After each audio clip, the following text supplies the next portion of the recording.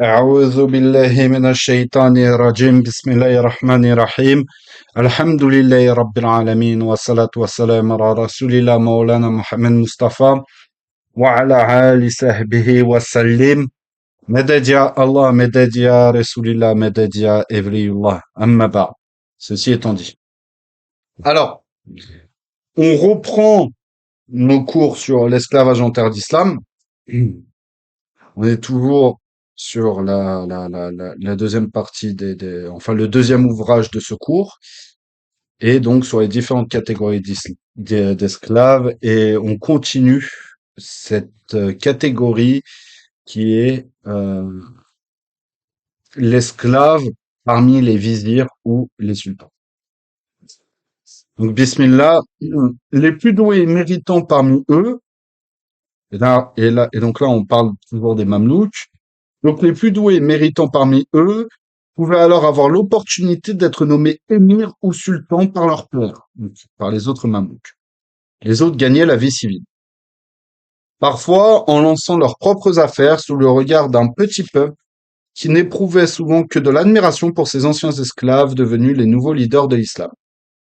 Les fils de Mamelouks ne pouvaient quant à eux, sauf exception, entre guillemets, accéder à aucune position politique ou militaire d'importance, et devaient donc se rabattre sur l'administration civile ou religieuse, s'assimilant dans la société égyptienne au fil des générations, avec d'autant plus de facilité qu'ils sont nés musulmans, à l'inverse de leur père. À une époque où l'hérédité et le sang faisaient le pouvoir, les Mamelouks offraient ainsi au monde une société véritablement unique en son genre. En outre, sur les centaines de milliers de Mamelouks ayant été ramenés en esclaves au Moyen-Orient, sur les 267 ans qu'a duré le sultanat, il ne semble pas qu'aucun de ceux qui en eurent les moyens n'ait jamais cherché à revenir sur leurs pas, à recouvrer leur nom et leur identité première. Leur nom euh, et leur culture ou leur tribu d'origine. A contrario, de jeunes nés libres et musulmans se faisaient volontiers passer pour esclaves afin d'intégrer le cursus enviable des Mamelouks. Et ça, c'est à peu près, à quelque chose près, la même réalité qu'on trouvait par exemple chez le corps des janissaires et avec le Defchirme, où certains, euh, certaines familles, on va dire musulmanes, les musulmanes faisaient passer leurs enfants pour des chrétiens, et afin qu'ils puissent rentrer dans le Defchirme. Parce que le Defchirme, tout comme les Mamelouks, était une élite, était une caste d'élite parmi les ces esclaves-là, en fait. C'était vraiment une classe élitiste, et beaucoup savaient que, et même d'après, et même certains enfants issus de ces castes-là, donc de janissaires ou de Mamelouks, en fait, continuent et avaient cette frustration de ne pas avoir la même éducation et le même héritage sociétal que leurs parents. Et ça, et cette citation vient d'après Julien Loiseau. Donc, après avoir vaincu les deux plus grandes menaces que le monde musulman avait jusqu'ici connues, c'est-à-dire les Mongols et les Croisés, les Mamelouks avaient également réussi à traverser ce qui avait été la plus grande épidémie de peste de l'histoire au milieu du 8e siècle ligérien, soit le 14e siècle grégorien, et on parle ici de la peste noire qui a ravagé près des 2 tiers de l'humanité. Longtemps, rien ne semble alors ébranler leur puissance en cette dernière partie du Moyen Âge. Ainsi, est-ce peut-être pour cette raison que le nouveau califat abbasside de Bagdad était venu trouver refuge auprès d'eux, créé après le sac de Bagdad par les Mongols. Mais gênés par les Portugais entre la mer Rouge et l'océan Indien, ils finissent par être battus à la guerre en 923 de l'Hégire, soit en 1517, par une autre dynastie au sommet de sa gloire, les Ottomans. Pendant près de 3 siècles, le pays le plus puissant du monde musulman, c'est-à-dire l'Égypte et les lieux saints de l'islam, avait été aux mains d'esclaves non arabes, donc était sous la tutelle et la protection de gens qui sont nés d'un statut d'esclave et qui n'étaient pas arabes, mais plutôt arabisés, que sont les Mamelouks. Parce que, pour le rappeler, pour peut-être ceux qui ont oublié, l'origine des Mamelouks, c'était souvent des Turcs ou des gens du Caucase. Donc, tout ce qui est l'actuelle Tchétchénie, Géorgie, etc. Et pas que, mais pas que. Il y a aussi certains Tatars qui s'étaient implantés en Ukraine ou dans l'Azerbaïdjan, le Kazakhstan, etc. C'est des gens issus de cette région-là, majoritairement.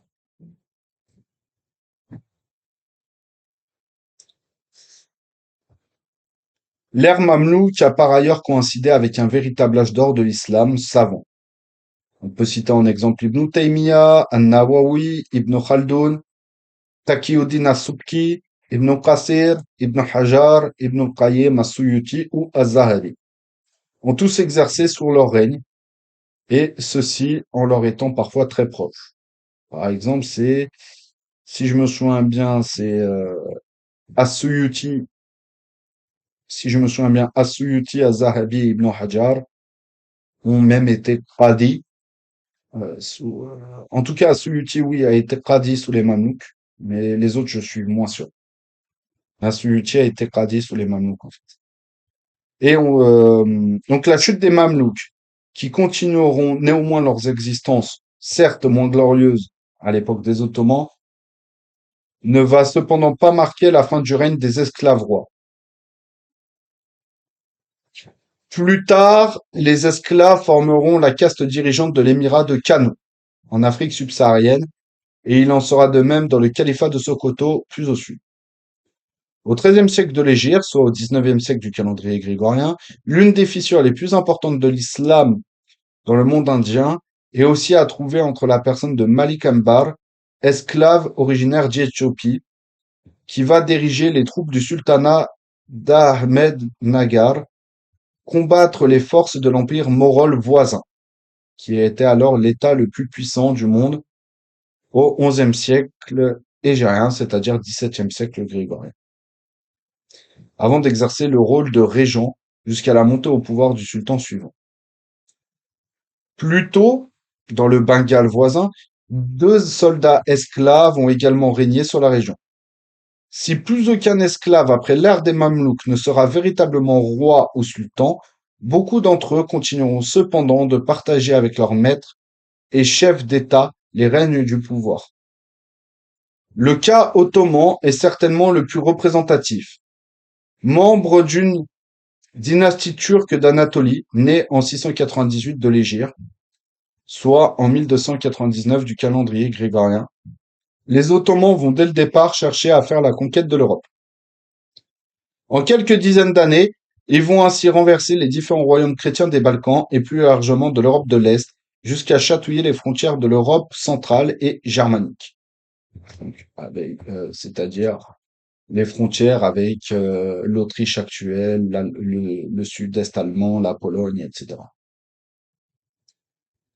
Si la guerre sur terre et sur les eaux, puis la pratique du devshirme apporte son lot d'esclaves publics ou privés, ainsi que les janissaires servant dans les armées, ce sont des centaines, probablement des milliers, sur les 6 siècles d'existence de l'Empire, qui viendront prendre leurs fonctions dans le pouvoir politique.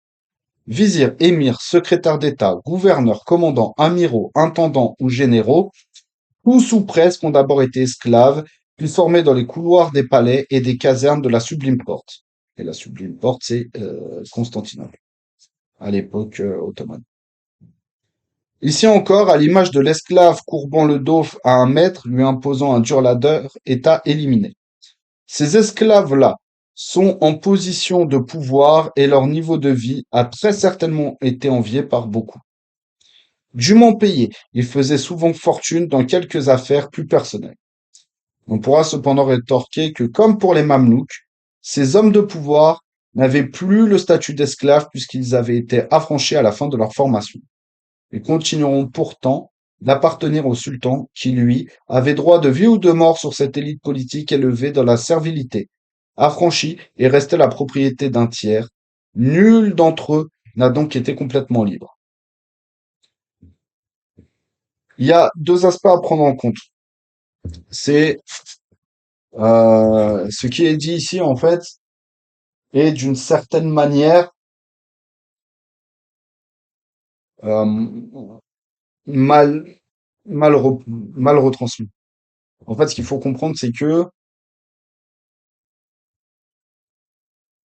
comment est-ce que les Janissas, en fait, ont été élevés? Comme on l'a vu, ils ont été élevés au sein des différents palais de la dynastie ou dans des casernes proches de la dynastie. Mais en fait, c'est vraiment un corps qui est proche du sultan. Certains étant arrivés jeunes, ont grandi quasi en même temps que le sultan qui prendra la suite. Et donc, ils ont ce rapport très proche, un petit peu comme si, peut-être le parallèle ne va pas parler à tous, mais c'est comme si il y avait certains enfants adoptifs qui ont grandi ensemble. Ce ne sont pas des frères de sang, mais l'éducation et la vie commune qu'ils ont eue les ont amenés à s'aimer comme des frères. Et autre point, les janissaires, qui soient parmi les soldats ou les dirigeants politiques, ont été aussi d'une certaine manière les garants d'un certain conservatisme culturel et religieux dans l'Empire ottoman. Ce qui fait que pendant très longtemps, toute réforme allant à l'encontre des valeurs et traditions ottomanes était systématiquement combattue par les Ottomans, par les janissaires, pardon. Et pour, par exemple, faire accepter la réforme des Tanzimat sous Mahmoud II, il a fallu d'abord s'opposer et restreindre le pouvoir et l'influence des janissaires avant de pouvoir, par exemple, faire la réforme des Tanzimat qui, histoire de le rappeler, vient d'une pression occidentale et extérieure au monde musulman et à l'Empire ottoman. Donc, à mi-chemin entre l'esclavage et la liberté, ces seconds du sultan vont littéralement faire fonctionner l'empire jusque dans ses dernières heures. Plusieurs d'entre eux vont d'ailleurs marquer l'histoire de leur nom. On pense par exemple à Ibrahim Pacha, le fauconnier royal, puis gouverneur d'Égypte, et enfin le grand vizir de l'Empire ottoman de 929 à 942 de l'Hégire, soit de 1523 à 1536, un grec capturé dans ses jeunes années, c'est-à-dire qu'il était jeune dans la République de Venise, qui a été le plus proche ami et serviteur du sultan Suleiman Kanuni, ou Suleiman le Magnifique. Donc Kanuni, qui, je le rappelle, veut dire le législateur. Celui qui fait des réformes, qui légifère beaucoup. Il a surtout été l'homme le plus puissant de la sublime porte qui, je le rappelle, est Istanbul, après ce dernier. D'autres suivront, si on peut prendre en exemple Sokollu Mehmet, d'abord jeune janissaire, puis gouverneur de Roumélie, serbe d'origine, il servira comme capitaine de la flotte puis grand vizir sous les ordres de 3 sultans différents. Riche et respecté, il sera l'une des personnalités politiques les plus importantes de l'ère moderne. Donc si nous considérons l'exploitation flagrante du travail comme la clé de la définition de l'esclavage, alors Sokollu Mehmet Pacha n'était certainement pas un esclave. Il était grassement payé pour son travail de grand vizir et accumulait d'immenses richesses, comme nous le rappelle à ce sujet Jonathan A.C. Brown. Rien que sur les 47 vizirs ayant été en poste entre 857 et 1032, donc là on parle entre 1453 et 1623, seuls 5 ont été in fine, c'est-à-dire de base, turcs et libres. Tous les autres avaient démarré leurs existences dans l'Empire ottoman en tant qu'esclaves, membres du Devshirme. Donc, à l'instar du plus commun des janissaires qui bénéficiaient du droit de rendre visite à sa famille ou de la faire venir à la capitale, ces esclaves impériaux ont très souvent pu maintenir le lien avec leur famille d'origine. Sokulu Mehmet Pacha a nommé par exemple son frère patriarche orthodoxe dans les Balkans, sachant que son frère a gardé sa religion d'origine. À la fin du XVIIIe siècle, l'élite esclave géorgienne chargée d'administrer la province ottomane d'Égypte entretenait des relations étroites avec leur famille dans le Caucase. Donc, loin d'être observées comme honteuses, leur origine servile ne les a jamais empêchées de se lier par les liens matrimoniaux avec la dynastie régnante. C'est-à-dire que beaucoup, malgré d'être d'origine servile, d'être d'origine du devshirme, donc de l'esclavage, pouvaient et même étaient mariés avec des filles libres qui étaient issues de la dynastie des Ottomans.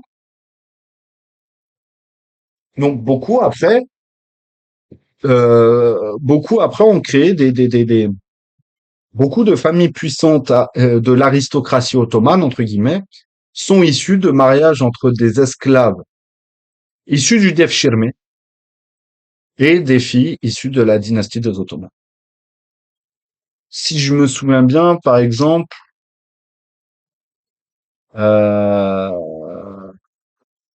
Mahmoud Pacha, le vainqueur de bataille. J'ai oublié son nom, pardonnez-moi.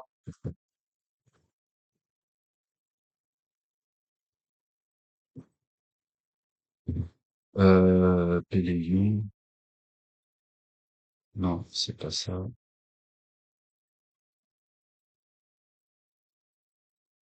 Non. Je vais essayer de retaper Plevna. Plevna. Voilà.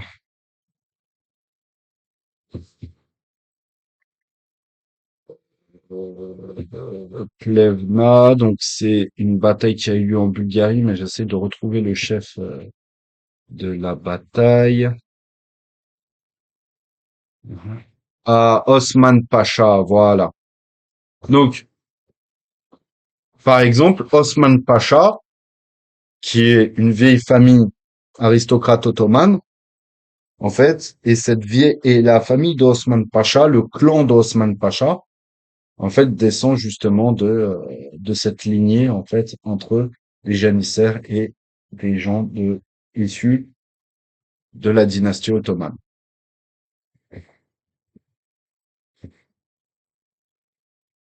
Donc, reprenons. Alors que la chose aurait causé le plus grand des scandales dans l'Europe chrétienne, il était courant que le sultan offre l'une de ses filles ou sœurs en mariage à ses esclaves, devenus des vizirs ou des généraux. Les sultans ottomans n'ont-ils pas eux-mêmes eu pour mère des esclaves issus du harem de leur père? Donc l'Empire ottoman n'était ainsi pas le seul à s'appuyer sur le langage de l'esclavage. Les soldats et les administrateurs de la dynastie chinoise Manchu Qing, qui dura de 1644 à 1212 de l'Hégire, étaient aussi techniquement des esclaves de la dynastie et se désignaient fièrement comme tels. Mais ni les sujets ottomans ni les Manchu Qing ne vivaient dans des conditions serviles, comme le surligne de surcroît Jonathan A.C. Brown, qui s'arrêta une nouvelle fois sur l'épineux problème des définitions usées, s'interroge: qu'est-ce qui fait de quelqu'un un esclave? Est-ce une étiquette ou le reflet de la situation réelle de chacun?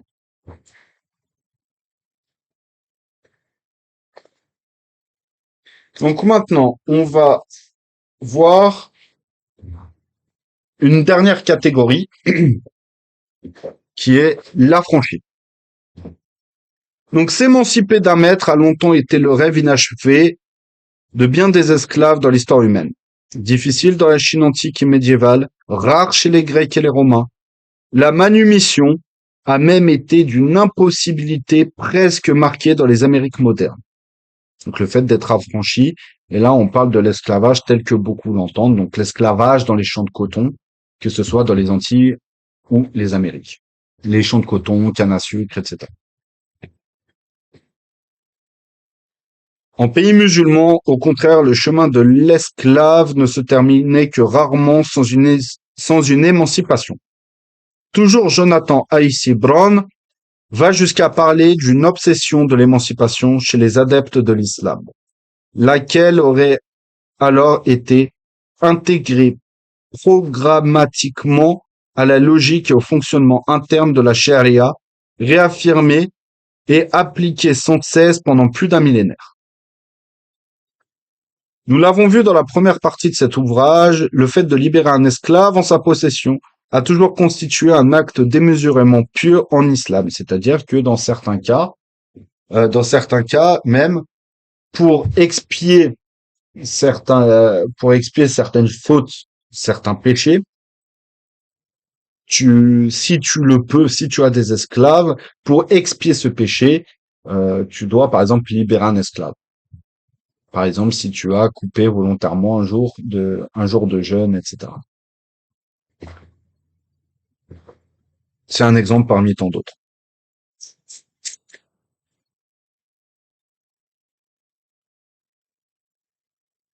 Via contrat ou testament ou à travers d'une libération immédiate. L'esclave des musulmans avait toujours le bon espoir de retrouver un jour sa liberté. Le plus misérable des esclaves, en voyant quelques-uns de ses frères d'infortune gravir l'échelle sociale, concevait l'espoir de voir son propre destin un jour tourner à son avantage et lui permettre de conquérir sa liberté. Cet espoir contribuait beaucoup à adoucir le côté brutal de la servitude et à rendre relativement supportable la vie des esclaves dans la société musulmane, relate Gordon Murray. Alan W. Fisher, historien spécialiste de la traite en terre ottomane, fait même de cette aisance dans l'affranchissement le principal élément parmi d'autres distinguant l'esclavage en islam de l'esclavage en Occident. Il n'y avait pas de sentiment de honte attaché au statut d'esclave ou d'affranchi, d'autant plus qu'aucun groupe ethnique n'était condamné à la servitude de façon essentialiste, raciste, en raison de la pratique répandue de l'affranchissement chez les Ottomans. L'institution servile était un élément d'expansion et de prosélytisme de la religion musulmane, premièrement, et de l'allégeance à la dynastie impériale dans un second temps.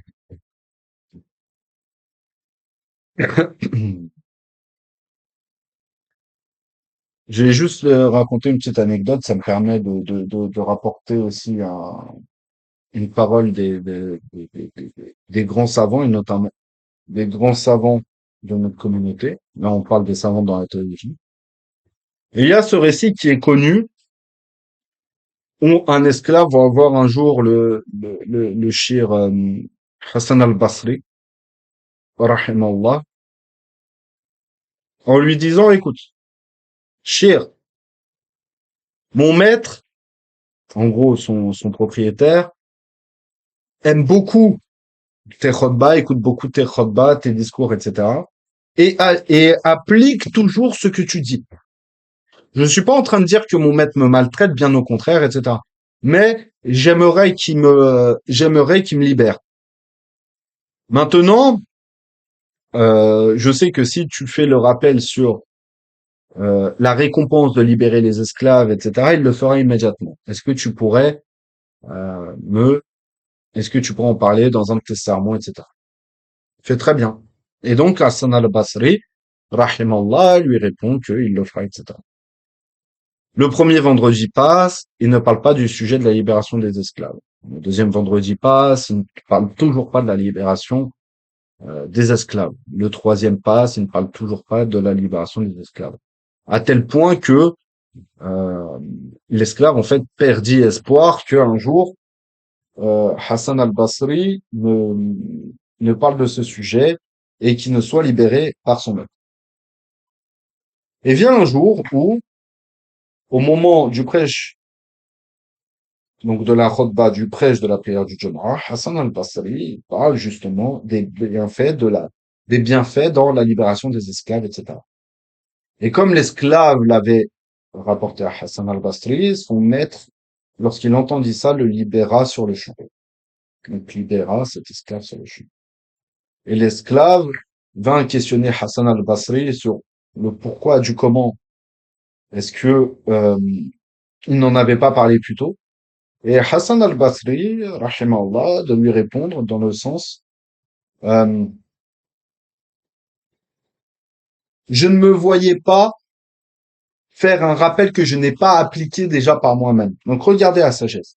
C'est-à-dire que Hassan al-Basri, pendant tout ce temps, a économisé de l'argent pour aller sur le marché des esclaves, acheter un esclave et le libérer avant de pouvoir parler de ce sujet-là dans le prêche du vendredi. Parce que les chouillours de la stature d'un Hassan al-Basri, rahimahullah, en fait, n'est pas dans la posture qu'on connaît beaucoup aujourd'hui, c'est-à-dire faites ce que je dis, mais faites pas ce que je fais. C'est-à-dire que lui-même, n'ayant pas d'esclave, ne pouvait pas parler de l'importance et des bénédictions de la libération d'un esclave tant qu'il ne l'a pas pratiqué lui-même. C'est bon. J'entends que certains viennent me dire, mais est-ce qu'on a besoin d'acheter un esclave pour rappeler cela? Dans l'absolu, non. Mais dans la pratique, si quelqu'un savait que le cheikh Hassan al-Basri, rahmatullah alayh, n'avait pas d'esclave et donc n'avait pas pratiqué cela, on sait très bien aussi qu'il y a toujours des gens qui vont lui reprocher de oui, mais toi, tu n'as pas d'esclave, tu n'as jamais eu d'esclave, donc tu ne vois pas l'intérêt d'un esclave. Pourquoi tu voudrais nous imposer cela? Voilà, on pourrait faire des explications pendant des heures par rapport à ça. Donc, on voit bien ici que parce que le cheikh Hassan al-Basri, rahimahullah, c'est les tout débuts de l'islam. C'est la première génération, c'est parmi la première génération qui a été éduquée par les compagnons. Donc, on est vraiment dans les débuts des tabi'i. Donc, je le répète, les tabi'i, c'est la génération des musulmans qui ont été éduqués par les compagnons et même s'ils étaient nés, par exemple, à l'époque du vivant du prophète Mohammed alayhi salatu wassalam, et sont devenus musulmans, même à l'époque du prophète Mohammed alayhi salatu wassalam, n'ont jamais côtoyé, été en contact avec le prophète Mohammed alayhi salatu wassalam. Donc, ce sont eux les tabi'in. Et c'est vraiment les toutes premières générations de tabi'in. Oui. Donc, libre, l'affranchi, et l'affranchi en arabe se dit atiq ou mu'taq, donc libre se dit atiq, et donc quelqu'un qui est affranchi se dit mu'taq, bénéficier en islam des mêmes droits inaliénables que le commun des gens, avec toutefois certaines spécificités bien sûr, s'il est musulman ou non. Donc les nouveaux affranchis, afin de ne pas être accidentellement ramenés à l'état d'esclaves, avaient différentes façons de faire preuve de leur nouveau statut. En cas d'une libération avec le décès du maître, par exemple, l'affranchi suivait le cortège funéraire du défunt maître avec son acte d'affranchissement au bout d'une pique. Ainsi, l'entourage du défunt, ainsi que tout le quartier ou toute la ville, était au courant de la vie nouvelle qui lui avait été attribuée.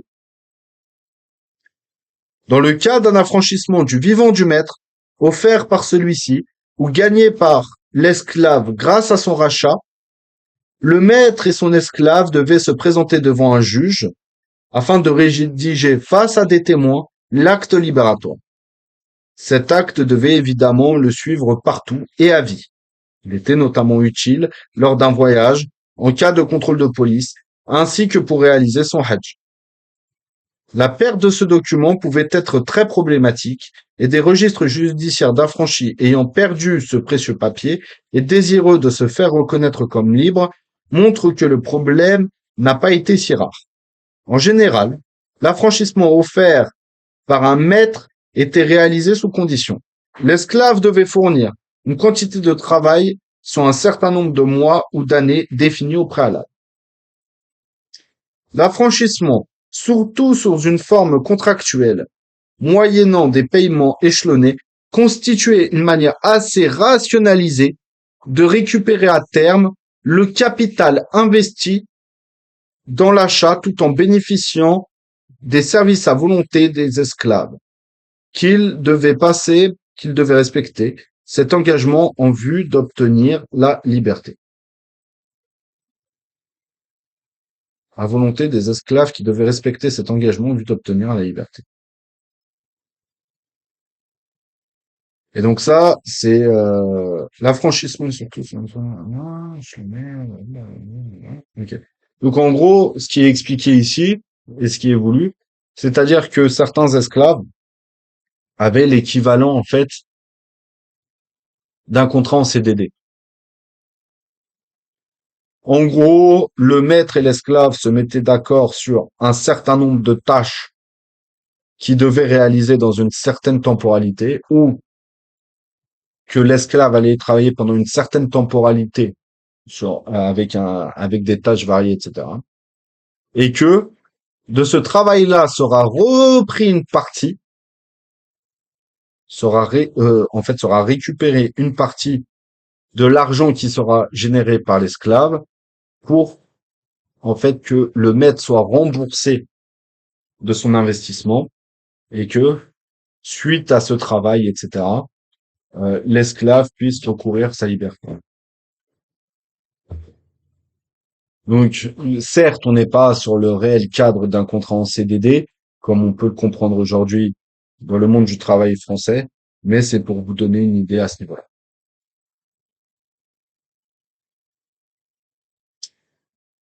Par ce système de servitude assez unique dans l'histoire, les 10 esclaves ressemblaient en fait davantage à des ouvriers salariés travaillant pour une durée déterminée dans une relation maître-serviteur que nous entendons par esclave. La manumission, strictement pieuse et sans condition, était moins courante, mais très pratiquée parmi les hommes de religion, les savants ou les mystiques. Libre, l'affranchi demeurait néanmoins, ainsi que ses descendants mâles, donc garçons, à perpétuité liés à la personne qui les a affranchis. Donc le mortek. Homme ou femme et à la famille de celui-ci par un lien de clientèle ou wala. Tels ces esclaves soldats devenus les commandants ou généraux des armées omeyyades et abbassides. L'affranchi devenu un maola, donc au pluriel les mawalis, voyait son maître muté en patron. Lui aussi inaliénable. Ce lien a été considéré par de nombreux juristes comme une forme de parenté naturelle. Rien de profondément déstabilisant pour l'affranchi, qui, très généralement, avait déjà grandi comme un véritable membre de la famille dans la maison de l'ancien maître. Libre, il continuait d'être un membre de la famille, un proche parent, ou bien qu'il ne soit question d'aucun lien de sang. On notera que les Hanbali et les Maliki prévoient cependant des formes d'affranchissement sans patronat. Cette persistance d'un lien entre l'ancien esclave et son maître, ayant muté en patron, peut au premier regard paraître contraignante. Elle a dû l'être dans certains cas. Ce lien s'est néanmoins souvent présenté comme un avantage inestimable dans la réalité d'une contexture sociale très serrée. Alors que l'esclave affranchi en Caroline du Nord ou dans la Rome antique devait le plus souvent s'effacer dans une société qui ne voulait pas ou plus de lui. Le Maola pouvait être assuré d'un emploi, mais aussi de la protection de son ancien maître. Dans l'esclavage dans l'Empire ottoman, l'historien Eyyeri Gökçin Özkörey narre le récit de plusieurs anciens esclaves devenus employés, libres de leurs anciens maîtres. Au tournant du XIe siècle égérien, c'est-à-dire le XVIIe siècle du calendrier grégorien, Un patron du nom d'Abu Taqiya avait ainsi pris la décision d'engager ses affranchis dans l'acheminement de ces marchandises vers des pays étrangers.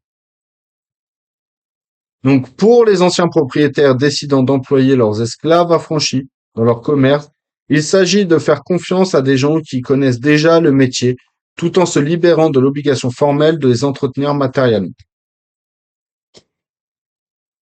Contrairement à l'exemple ibérique médiéval chrétien, le bagage professionnel, acquis préalablement à la capture, donc c'est-à-dire l'expérience que va gagner l'esclave en étant esclave auprès de son maître, des esclaves n'étaient pas dédaignés mais mis en valeur.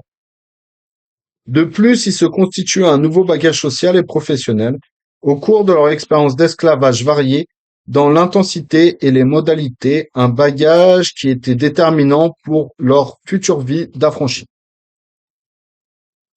Cette volonté de maintenir ce lien pouvait aller plus loin encore.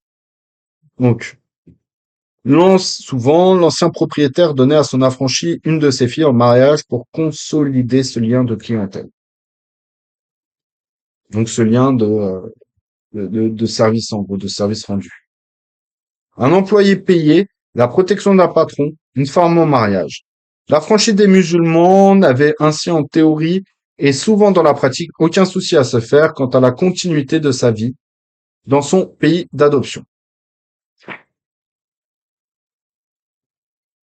On va voir, mais sûrement on va finir ce chapitre, il reste plus grand chose. Et après, on va passer au chapitre d'après. Donc, puis, comme le souligne Frédéric Kitzel, la protection d'un maître permettait à l'affranchi de trouver une place convenable parmi les hommes de conditions libres. Si l'ancien maître était un homme riche et respecté, l'affranchi gardait avec lui une part du prestige de celui-ci, et l'histoire n'a pas manqué de nous délivrer d'intéressants cas d'école. Érudit ottoman, fils d'un timariote. Donc un timariote, c'est un membre de l'armée irrégulière et cavalier léger qui devait servir le sultan ottoman en échange d'un fief appelé timar. Donc timar, c'est l'équivalent d'un waqf. D'un waqf.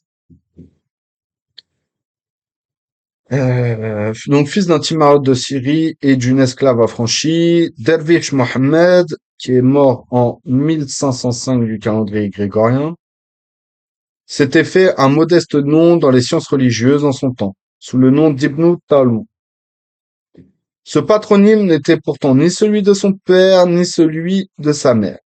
Son père tombé en disgrâce, Dervish Mohammed avait en réalité repris le nom des patrons et anciens propriétaires de sa mère, une famille influente à Damas.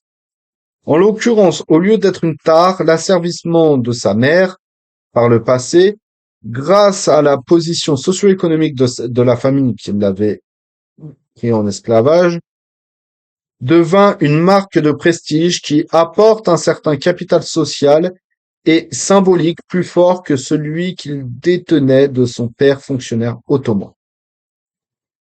Et donc, cette citation nous vient toujours de l'esclavage dans l'Empire ottoman de Hayri Gökçin Özkörey. Donc, le fait que le statut social d'un individu, ici un noble, puisse se transmettre sans le sang à un ou une esclave ou à ses enfants constitue peut-être là une énième spécificité de l'esclavage en terre d'islam. Pour les affranchis ayant appartenu à des maîtres plus modestes ou incapables de les aider dans le tissu économique de leur ville, il restait des aides. Présent dans tout le monde musulman, le principe de waqf en a facilité plus d'un.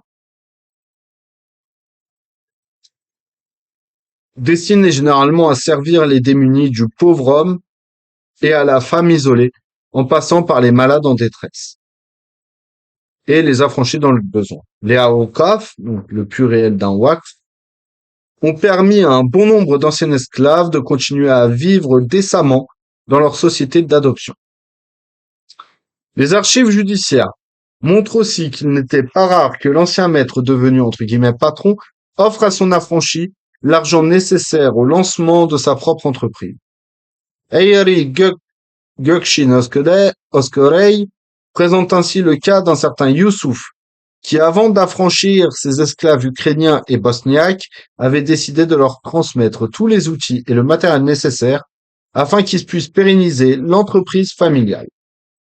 Souvent, la période précédant l'affranchissement servait ainsi, entre guillemets, de phase d'apprentissage pour les esclaves de marchands et d'artisans.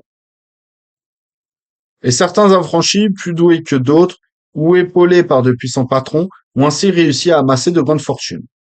On a ainsi le cas d'Hadji Kochi, un ancien esclave devenu homme d'affaires à Boursa, à la fin du IXe siècle égérien, donc le XVe siècle grégorien. Capable d'engager des capitaux à hauteur de 220 000 aspres, soit l'équivalent de plus de 5 000 ducats d'or vénitiens. Une somme que peu d'individus pouvaient être capables de réunir à cette époque. Il n'était d'ailleurs pas rare que d'anciens esclaves se servent à leur tour d'esclaves dans leurs affaires. Après avoir travaillé plusieurs années dans les manufactures, les esclaves apprenaient à économiser suffisamment d'argent pour payer leur rançon à leur maître, et une fois libres, ils s'établissaient à leur compte et employaient à leur tour une main-d'œuvre servile. C'est-à-dire que les esclaves, une fois qu'ils ont réussi à se libérer par eux-mêmes, donc à racheter leur liberté et à pouvoir ouvrir leurs propres affaires, finissaient eux-mêmes par acheter des esclaves pour pouvoir faire fonctionner leur entreprise. Dans l'artisanat ou le commerce, l'affranchi était vu dans tous les domaines professionnels de la société. À Oman, les esclaves, qui étaient par la suite affranchis, devenaient marins et même chefs de bord salariés. Dans les régions du Maghrib, de l'ère moderne, ils étaient propriétaires de galères ou menuisiers à leur compte. Dans les armées et les couloirs de la politique, les affranchis étaient partout. Nous l'avons vu dans les chapitres précédents, les affranchis plus d'une fois sont montés très haut dans la hiérarchie militaire et politique, jusqu'aux postes les plus élevés auxquels n'importe quel musulman libre pouvait parvenir. Comme le rappelle Robert Brunswick dans la citation que vous venez de dire. Généralement convertis à l'islam, les affranchis, quel que soit leur statut social d'origine, comprenaient durant leur servitude, n'avaient jamais ou trop de mal à intégrer la Ummah. Outre la force des liens islamiques, la volonté des musulmans d'accepter les nouveaux convertis à l'islam, même esclaves, a contribué à leur enthousiasme pour l'islam. L'esclave affranchi devint un membre à part entière de la communauté.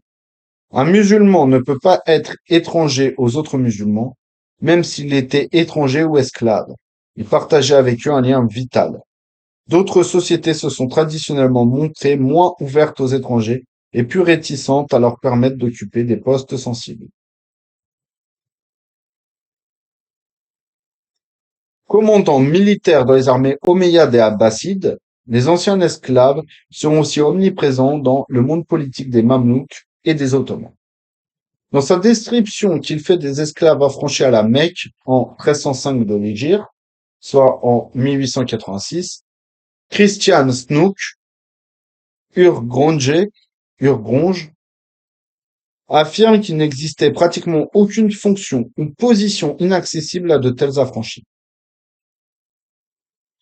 D'anciens esclaves sont même devenus de véritables autorités en matière de religion. On pense notamment à Ikrima, Nafi' et Makhoul, tous les trois des savants respectés des 1er et 2e siècles de l'Hégire, ou à Hassan al-Basri, Ibn al-Mubarak et Ibn Sirin, qui eux ont tous été des fils d'esclaves. Ibn Ishaq, l'auteur de la première biographie complète du prophète Mohammed alayhi salatu wassalam, était quant à lui le petit-fils d'un esclave devenu Maola. Le savoir a été repris par le Mawali. Il disait déjà, durant l'ère omeyyade, le célèbre savant du hadith Al-Zuhri. Et ça, c'est en parlant d'Ibn Ishaq. Au-delà des sciences religieuses, de nombreux affranchis ou fils d'affranchis ont marqué leur sceau des savoirs dans le temps. Ibn Jinni, un grammairien et lexicographe arabe du IVe siècle de l'Hégire, soit entre le Xe et XIe siècle grégorien, était le fils d'un esclave byzantin. Le très célèbre géographe grec et byzantin Yaqut al-Hamawi, qui est mort en 1229 du calendrier chrétien, a été à Bagdad un esclave jusqu'à l'âge de 30 ans. Un siècle plus tard, Ibn Battuta racontera avoir vu le fils d'un esclave exercer le métier de juge à Aden, au Yémen. L'érudit de Fès, Maïmoun Roulam Fakhar, décédé en 1407 du calendrier grégorien, n'a même jamais connu l'affranchissement. Il avait été un esclave toute sa vie, ce qui ne l'a pas empêché de rédiger plusieurs livres. C'est de surcroît un esclave qui avait aidé l'érudit aveugle Lutfi Ibn Yunus dans la ville de Damas, au XVIe siècle chrétien, à mémoriser entièrement le Coran. Et finalement, l'affranchi comme l'esclave a très rapidement fini par devenir un citoyen inévitable de l'État islamique. Les estimations font d'ordinaire état d'une moyenne allant de 7 à 20% d'affranchis, se fondant dans la population des grandes cités musulmanes. Un total qui peut doubler selon les quartiers d'une même ville. William Palgrave, lors de son voyage dans l'Arabie des Saouds au XIXe siècle grégorien, avait ainsi remarqué que près d'un quart des gens croisés pouvaient être identifiés comme des affranchis. Dans certains corps de métier, comme l'armée, ils forment parfois la quasi-totalité des troupes. Et il en a parfois été de même au sein de l'élite politique, comme on l'a vu chez les Mamelouks ou les Ottomans. Pour ne citer que, leur grand nombre s'explique essentiellement par deux facteurs. Le premier, du fait que, libre, l'affranchi masculin transmettait son statut à son enfant, et ainsi de suite. Le second, parce que la plupart des esclaves dans les zones urbaines, en tout cas, finissaient par reconnaître un jour ou l'autre la manumission, et ces derniers ne retournant que très rarement sur leur terre d'origine, ils terminaient bon gré mal gré leur vie en pays musulman. Donc,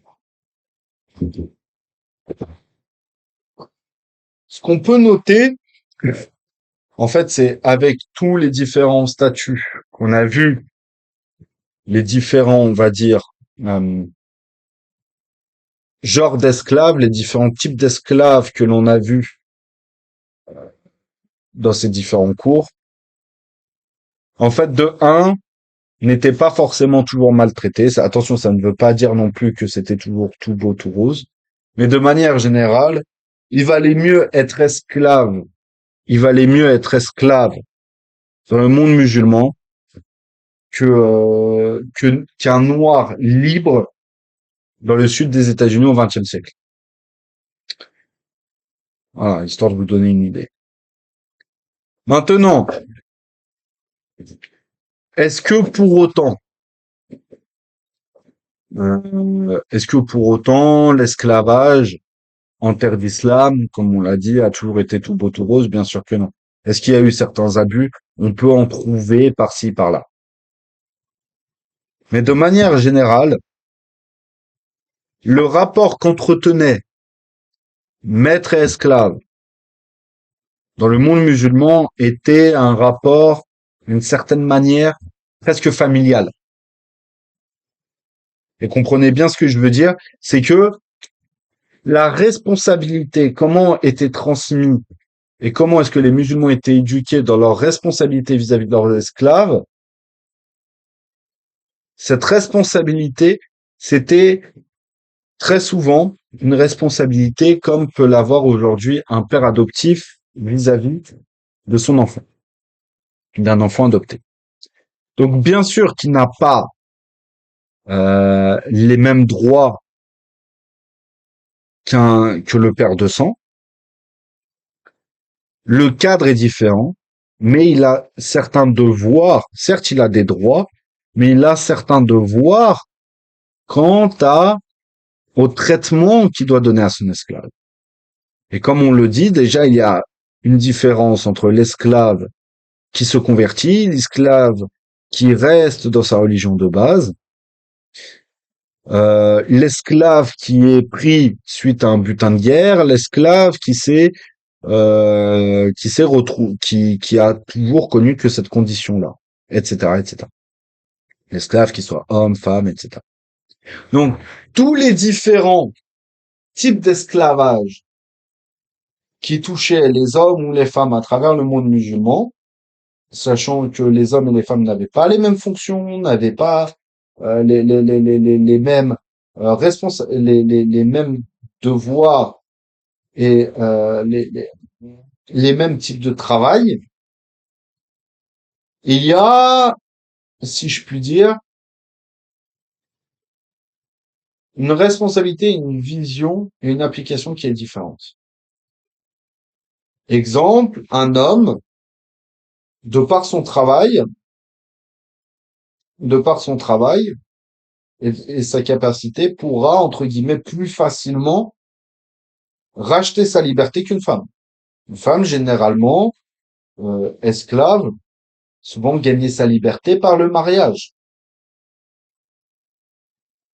Et ce mariage fait que la femme, qu'elle soit prise en première ou en seconde, troisième ou quatrième épouse, mais la femme esclave qui était mariée, très souvent, sa dot était sa libération.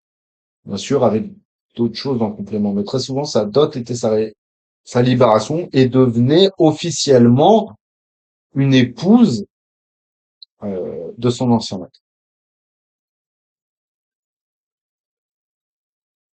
Dès que tu es esclave, lié de près ou de loin euh, à un émir, un sultan ou à des fonctions d'ordre étatique, qu'elles soient militaires ou purement politiques,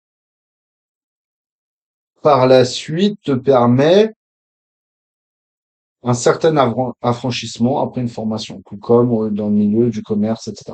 Donc, tout était fait dans le monde musulman pour essayer de faciliter et d'accéder à un affranchissement qui était beaucoup plus facile dans le monde musulman et beaucoup plus accessible dans le monde musulman que dans le reste que dans le reste des différentes sociétés et civilisations comparé à ce que l'on peut voir aujourd'hui. Et bien sûr, on le dit, on le répète, tout n'est pas beau, tout n'est pas rose. On parle de généralité, bien sûr qu'il y a certaines exactions qui pouvaient se reproduire, etc., etc. Mais de manière générale, comme on le répète, il valait mieux être un esclave en terre d'islam qu'un noir libre à l'époque de la ségrégation aux États-Unis ou de l'apartheid en Afrique du Sud. Donc, voilà. سبحانك اللهم وبحمدك أشهد أن لا إله إلا أنت أستغفر الله وأتوب إليك بسم الله الرحمن الرحيم والعصر إن الإنسان لفي خسر إلا الذين آمنوا وعملوا الصالحات وتواصوا بالحق وتواصوا بالصبر اللهم صل على سيدنا محمد عدد ما في علم الله صلاة دائمة بدوام ملك الله سبحان ربك رب العزة عما يصفون وسلام على المرسلين والحمد لله رب العالمين الفاتحة